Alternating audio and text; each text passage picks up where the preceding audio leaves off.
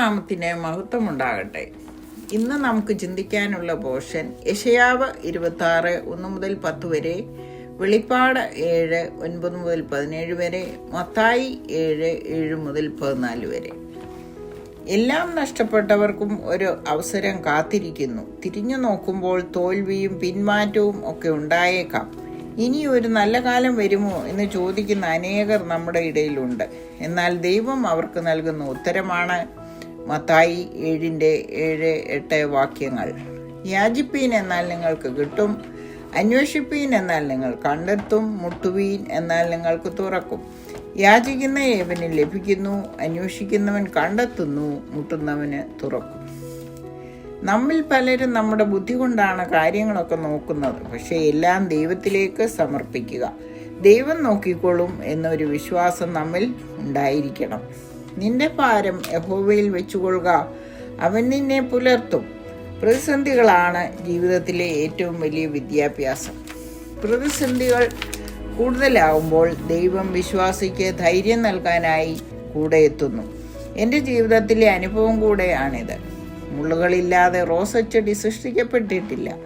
അല്ലെങ്കിൽ റോസപ്പൂ പറിക്കണമെങ്കിൽ മുള്ളുകൊണ്ടെങ്കിലേ സാധിക്കുകയുള്ളൂ. ഒരമ്മയുടെ ഏറ്റവും വലിയ സന്തോഷം തൻ്റെ കുഞ്ഞിൻ്റെ മുഖം കാണുമ്പോഴാണ്. എന്നാൽ വേദനയില്ലാതെ അത് സാധ്യവുമല്ല. കഷ്ടതകൾ ഉണ്ടാകുമ്പോൾ ദൈവത്തെ കാണാനുള്ള ഒരു അവസരം കൂടിയാണ് അതെന്ന് ഓർക്കണം.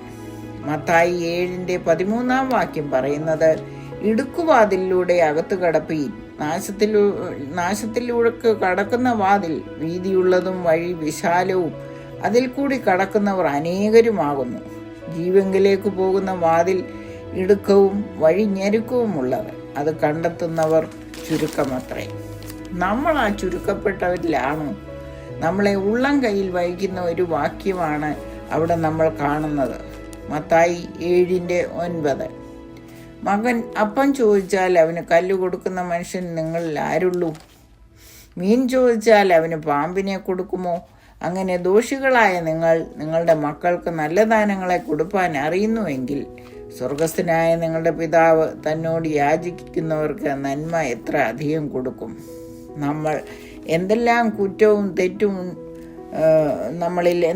കുറ്റവും തെറ്റും ഉണ്ടെങ്കിലും ദൈവം നമ്മെ എത്രമാത്രം സ്നേഹിക്കുന്നു.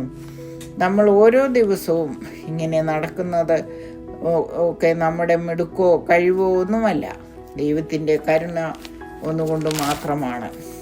ഈ വചനങ്ങളാൽ ദൈവം നമ്മെ അനുഗ്രഹിക്കട്ടെ.